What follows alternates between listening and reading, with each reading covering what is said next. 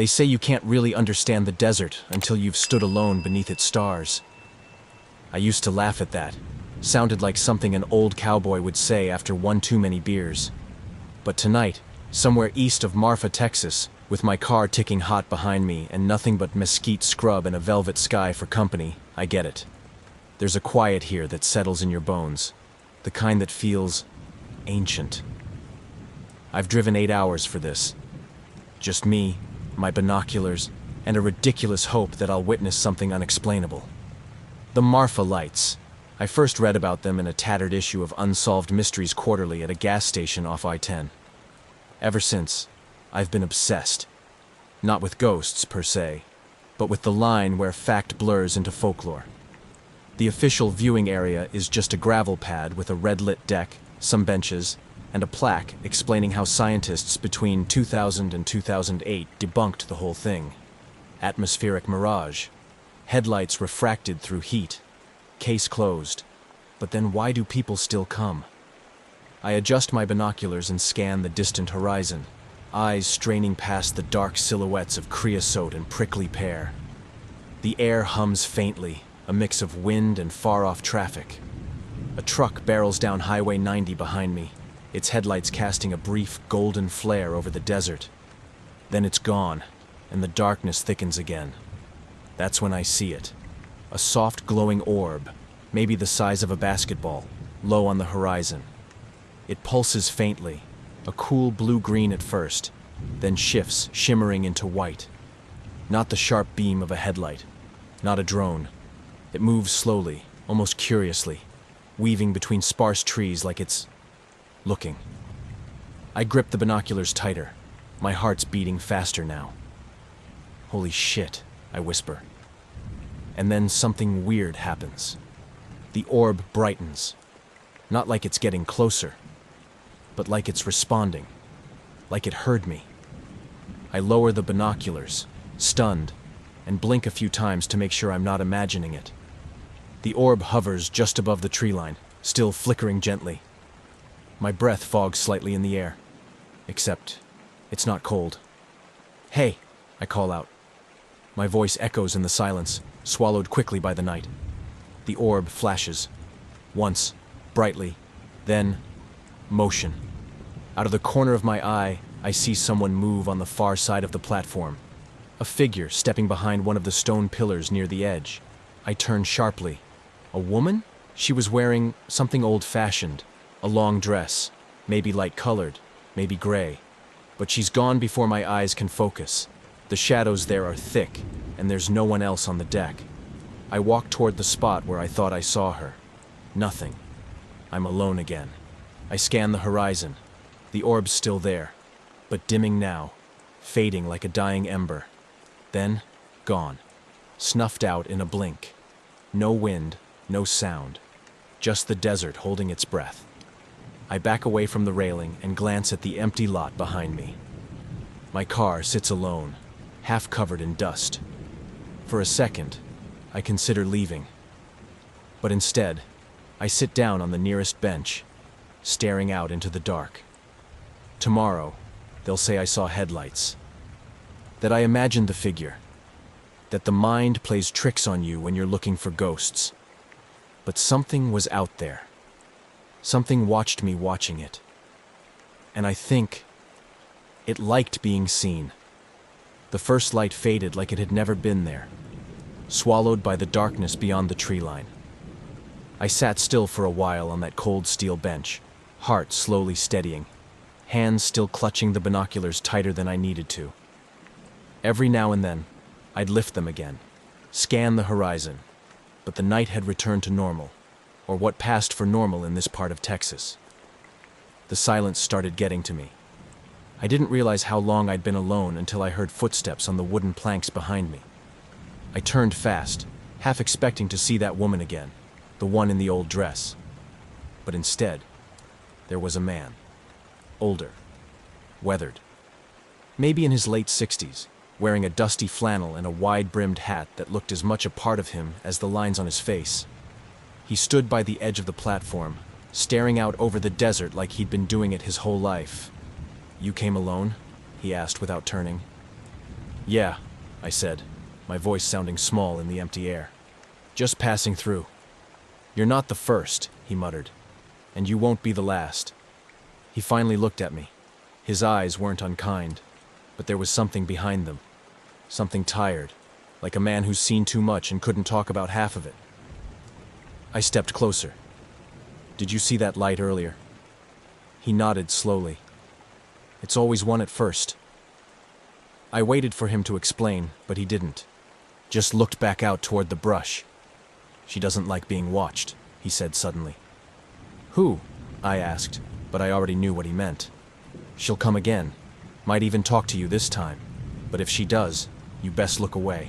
I saw a woman, behind the pillar, just for a second. His jaw tightened. Then it's already started. That made me laugh, nervous and shallow. Come on, man. It's just lights. Optical illusions. Heat and air and headlights from the highway.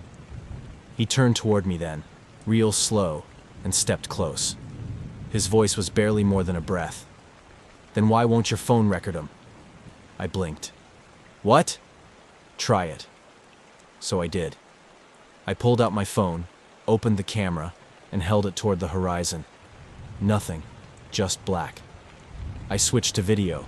Still nothing. The red glow from the platform lights showed up just fine, but the desert beyond was like filming a void. I glanced back at the man. They won't let you take him with you, he said. Not in photos, not in memory, not without a price. I looked down at my phone again, trying to rationalize it. Low light, bad camera, something.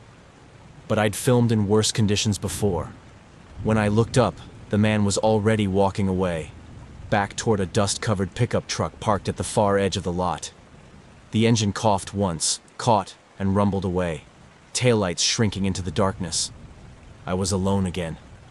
I shook off the weirdness and walked back to my car, just to check. I climbed in, turned the key. Nothing. No crank. No click. Just dead silence. Are you serious right now? I muttered, trying again and again. Still nothing. I checked the interior lights. Dead. The dash blank. The car had power just an hour ago. The battery wasn't that old. I stepped out, pacing in a slow circle around the vehicle, then caught something on my wrist. My watch had stopped. 9:14 p.m. Completely frozen. That was the time I'd seen the orb. I tapped the glass. Nothing. The second hand stayed still. The wind had picked up again, or so I thought. But none of the brush around me moved. Not a single mesquite leaf stirred. The air felt thick, like it was pressing in. Then the light returned. This time, there were two. They hovered just above the sand, side by side like watchful eyes. Pale, flickering white-blue. The same cold light I'd seen before. They didn't move at first, just hung there, distant, but steady. I should have stayed on the platform, should have gone back and waited for help or daylight or sanity. But instead, I stood in the gravel and stared. The orbs began to drift, slowly, soundlessly, not toward me, but away, slipping toward the desert brush like something leading the way. And I followed. God help me. I followed. I told myself it was curiosity, that I needed to see more, that I could explain it all if I just got closer. But deep down, even then, I knew. It wasn't me watching them anymore. It was them watching me. I don't remember making the choice to leave the platform. 1 second I was watching the twin orbs drift beyond the tree line, and the next I was out there, flashlight in hand, following their fading glow into the scrubland like some lost hiker chasing will-o'-the-wisps. The wind had gone completely still. The air was thick, not hot, not cold, just dense, like walking underwater. My boots crunched over gravel, then sank slightly into patches of soft sand as I moved farther from the safety of the red-lit deck. Behind me, the viewing area became a vague silhouette against the endless sprawl of night. I knew I should have turned back, but I kept going.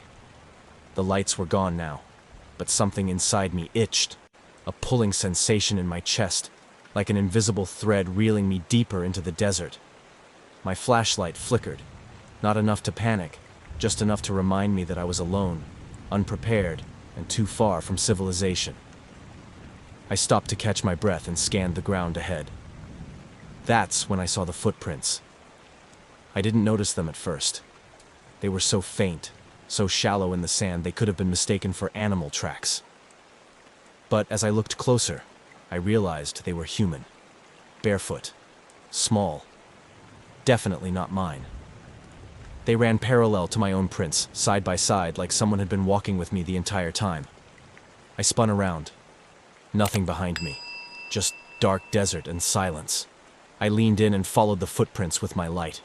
They continued forward, perfectly spaced, unwavering, like a child strolling calmly through the night.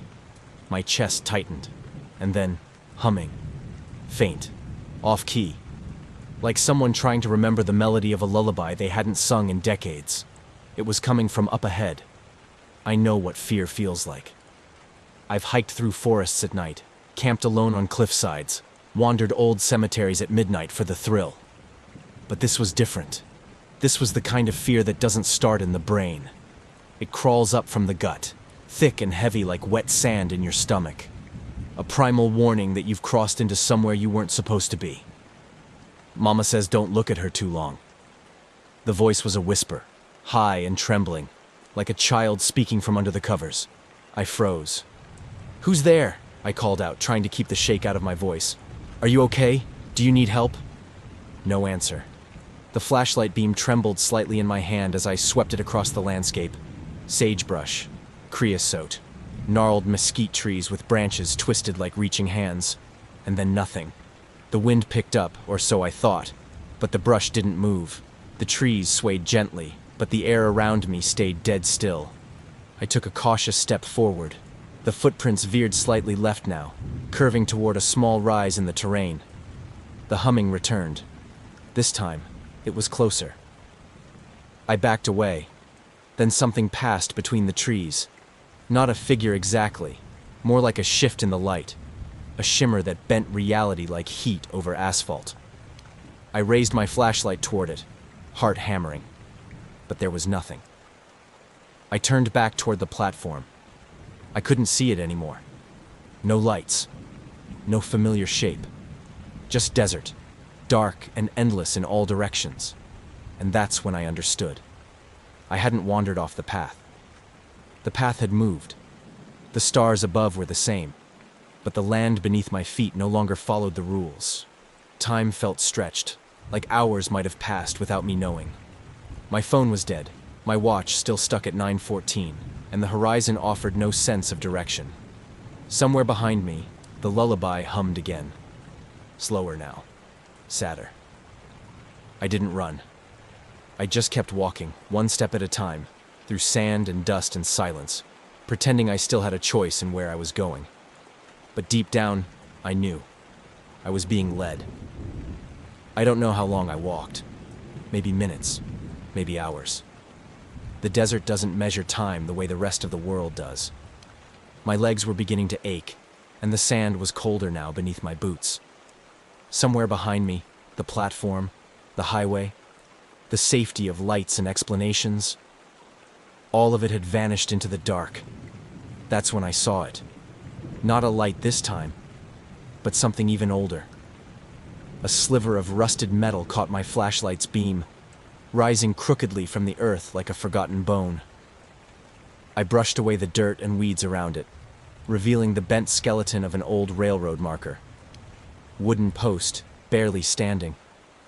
Flaking red paint and jagged numbers. 1893. A broken piece of track jutted from the sand beside it, swallowed by time and dust. Why here? Why in the middle of nothing? As I crouched, I was hit by a wave of dizziness, not like dehydration or vertigo, but something else. Something cold. Something not mine. And then I saw her. Not standing before me, but behind my eyes. It wasn't like a dream or a hallucination.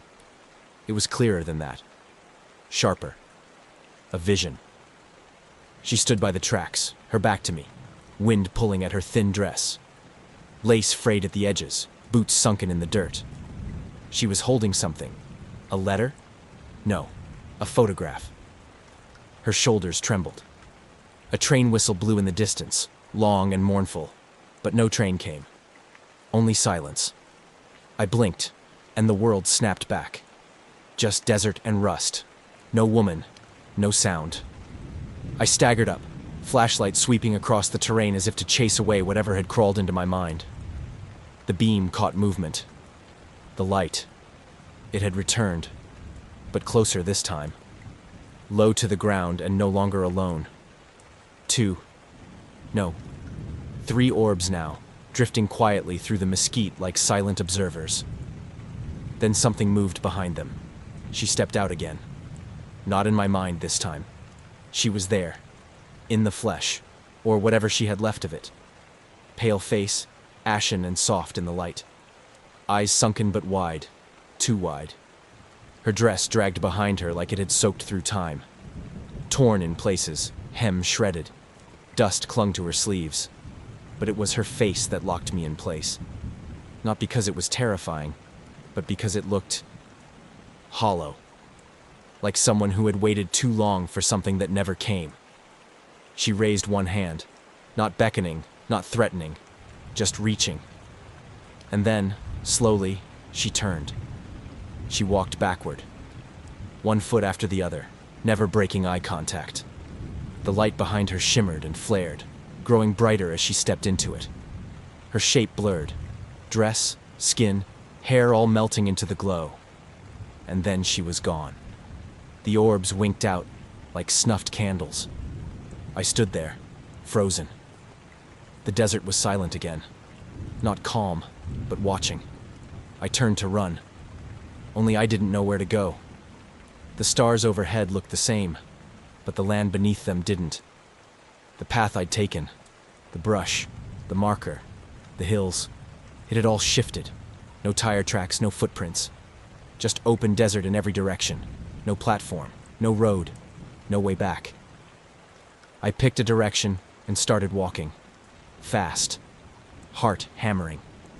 I told myself I'd find the highway again, that maybe I'd just gotten turned around. But every dune I crossed, every mesquite tree I passed, every ridge I climbed, it all looked the same. Repeating. Looping. Like the desert itself was folding in on me. Then I heard it again. The lullaby. This time, sung slower and farther away. Like someone waiting. Like someone certain I would return. The land had stopped making sense hours ago. If it was even land anymore. I walked without direction, hoping instinct would pull me back toward the highway. Instead, I found something no map had ever mentioned. A place that shouldn't exist. It started with a fence. An old split rail, half buried in sand and weathered gray. I followed it, hand trailing along the wood as it snaked up a rise and vanished behind a crumbling adobe wall. Beyond that, a structure appeared. The silhouette of a ranch house, its roof half collapsed, windows hollow, the porch sagging like it hadn't seen life in over a century. But something about it felt lived in. The Marfa lights hadn't led me away from civilization. They'd brought me to something. The house was old, yes, but not dead. I stepped onto the porch and the boards creaked beneath me, not with the frailty of rot, but the tension of something waiting. I pushed the door open. It didn't resist. Inside, the air was dry, but filled with the faint scent of burnt sage and something sweeter, like old perfume. The furniture was still there. A rocking chair by the window moved gently, though there was no wind. A kettle sat on the stove, hissing a slow stream of steam that felt cold on my hand when I reached toward it. Dust lay thick on everything, except the kitchen table, which had 2 clean cups set atop it side by side. One was still half full. I whispered, "Hello?" Though I already knew I didn't want to reply. The walls were covered in wallpaper the color of faded blood. On the far side of the room, a staircase led upward, but something about it felt wrong. The kind of wrong that makes you forget how your legs work. So I stayed downstairs. There were photos on the mantel. sepia-toned, curling at the edges. A man, tall, mustached, unsmiling. A woman, the woman. The same dress, the same hollow stare I'd seen beneath the lights. And a little girl. Barefoot, hair in braids, eyes far too serious for her age. I stared at that photograph too long. That's when I saw the message, etched deep into the wood beneath the frame, like someone had carved it with shaking hands. She watches through the light. I turned toward the hallway and saw more, scratches, dozens of them, all over the wood paneling, deep gouges like someone had been trying to claw their way out, or warn someone coming in. The mirror at the end of the hall caught my eye. Old and silver-backed, it had cracked across the center. I stepped toward it slowly, breath catching. I could see my reflection, pale and dirty, eyes wide from fear and confusion. But I wasn't alone. Behind me, just over my shoulder, stood the girl from the photograph. Her eyes were fixed on mine. She didn't blink, she didn't smile. And when I spun around, nothing. No one. The hallway was empty. I turned back to the mirror. This time, I was alone in the glass. But just before I could step away, the mirror fogged. Not like from breath, but from within. And slowly, words appeared in the condensation, as though written by an invisible finger. Don't look at her too long. My chest tightened. I stumbled back into the living room, heart thudding, skin prickling like I was being watched from every corner of the house. The lights outside flared again, blue, green, white, streaming through the broken windows in silent pulses. They were close now, not drifting, gathering, drawn to this place, or maybe drawn to me. I stepped out onto the porch again and saw them, a circle of glowing orbs hovering just above the ground, like eyes blinking in silent judgment. In their center, something darker moved, a flicker of fabric, a pale arm, a shadow walking upright.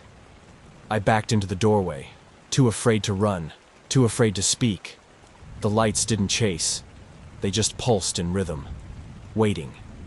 And behind me, in the house, the rocking chair began to move again, faster this time. I don't remember how I made it back to the viewing platform. One moment I was staring at that circling wall of lights outside the abandoned ranch house. The next, stumbling across gravel, blinking against the low red glow of the deck lights.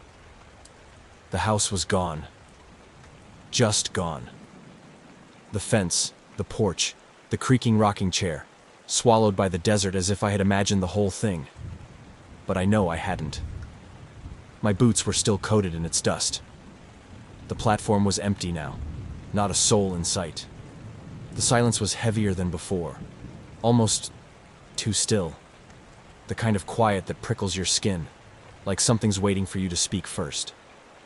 I walked slowly to the edge of the deck and leaned against the railing. I needed answers. I needed to pretend I wasn't unraveling. But that's when I heard it. A knock. Software from beneath me, followed by a dragging sound, like fingernails against wood, slow and deliberate.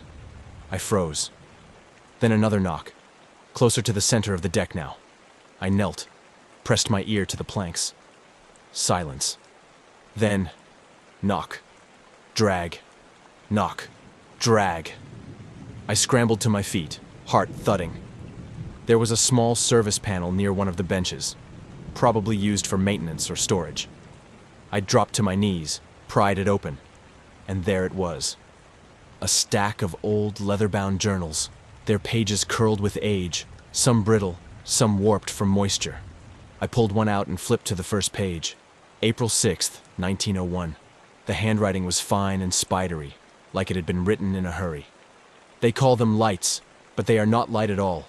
They are watchers, portals, warnings, and sometimes invitations.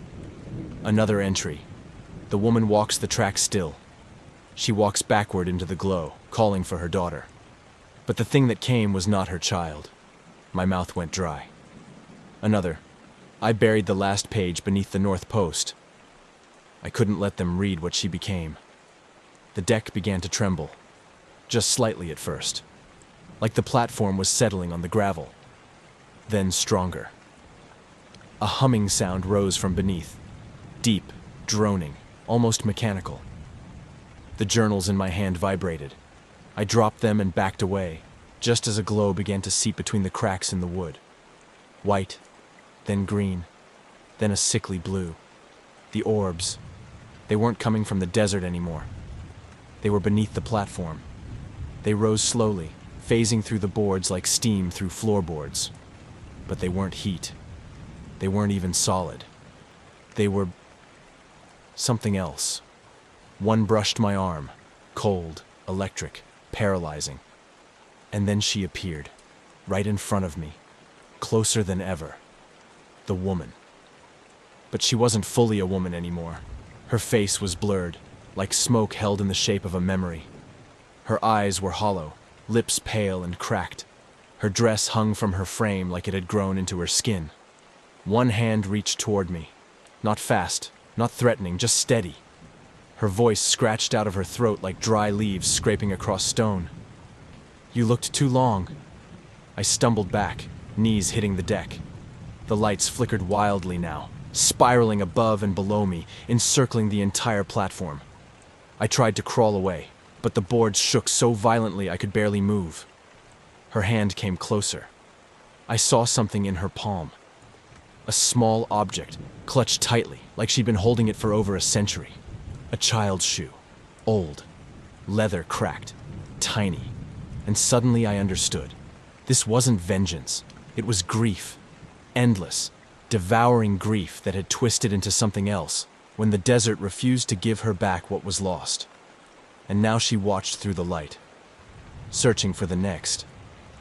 I heard her whisper one last time before the lights flared, and she vanished back into the floor. "Now they'll look through you." I don't know how long I sat there after she vanished. The platform had gone still again, silent.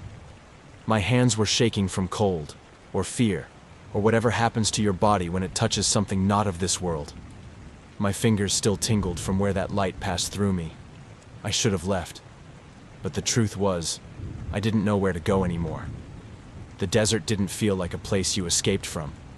It felt like a place you were drawn into, slowly, then all at once, like a story that won't let go of its reader. I wandered back to the edge of the deck and looked toward the dark horizon, hoping, absurdly, for car headlights. Nothing. Only the outline of the land, shifting faintly in the eerie shimmer of the stars. Then came a sound I hadn't heard in hours, a distant bell, faint, like a rusted church bell swinging somewhere far off in a breeze that didn't exist. And then, hooves, the unmistakable sound of a horse trotting on hard earth. I turned slowly. A man was riding through the desert toward me. The light around him was strange, not from a flashlight or lantern, but from the air itself. It pulsed around his shape like the orbs had, but darker, dimmer, as if something inside him had tried to become light and failed. He was dressed in rancher's clothes, old, worn, covered in dust and time. A long coat, a wide hat shadowing his face. The horse looked half-starved, eyes sunken, mouth foaming faintly. Neither rider nor beast cast a shadow. He dismounted with jerky, unnatural grace, like someone wearing a memory of how a man should move. He looked at me, and even though I couldn't see his eyes, I felt them, deep, hollow, searching. "You called her," he said in a voice like grit and smoke. I didn't mean to," I stammered. "I didn't call anyone." "She called to the sky," he continued, ignoring me. "To the stars, to the wind. She asked them to bring her child back. But the desert don't bring back what it takes." I swallowed hard. "You're her husband." He nodded once. "She waited at the tracks till her feet bled. Then she started speaking words that didn't belong to her." His voice broke slightly. "The lights came after that." I remembered the journals, the final entries, the lost child, the rituals, the thing that answered instead. "She gave herself to it," he said, "and it used her face." "But what are they?" I asked. The lights, the spirits, the voices in the dark. He looked up, eyes catching the stars, and for a moment they reflected the same color as the orbs. They're not ghosts. Ghosts remember who they are. He stepped closer. I backed away until my heels hit the deck railing. You looked too long, he said. Now they've seen you. The lights began to rise again behind him. 1, then 2, then 7, forming a slow spiral in the sky like blinking stars descending to Earth. You're marked, he whispered. A watcher now. The lights drifted toward me. Not fast, not threatening, just inevitable.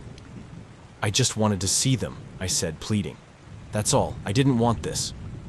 But they did, the rancher said. They always do. He mounted his horse again. As he turned, the lights formed a halo around him, glowing, hissing faintly with static and whispers. I caught a glimpse of his face as he rode away.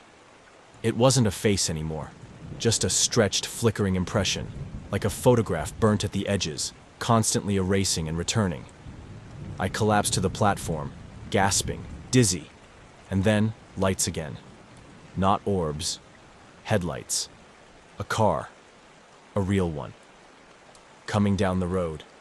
I stumbled down to the gravel lot, waving my arms. The sedan pulled in slowly, headlights illuminating my dirt-streaked face and trembling frame. A couple sat inside, wide-eyed and confused. They rolled down the window. You okay? The woman asked. You lost? I tried to speak, but my throat barely worked. I nodded. I think I am. She offered me water. The man opened the back door. I climbed in like someone waking from a fever dream. They pulled away, their taillights retreating down the empty road. I looked back once. The platform was empty again. The lights were gone. For now. But in the rearview mirror, I saw something I can't explain. In the mirror's reflection, the lights followed. 1, 2, 7. Like eyes blinking through the dusk. And the couple never spoke again the whole ride. Their eyes, they didn't look quite right. Not anymore.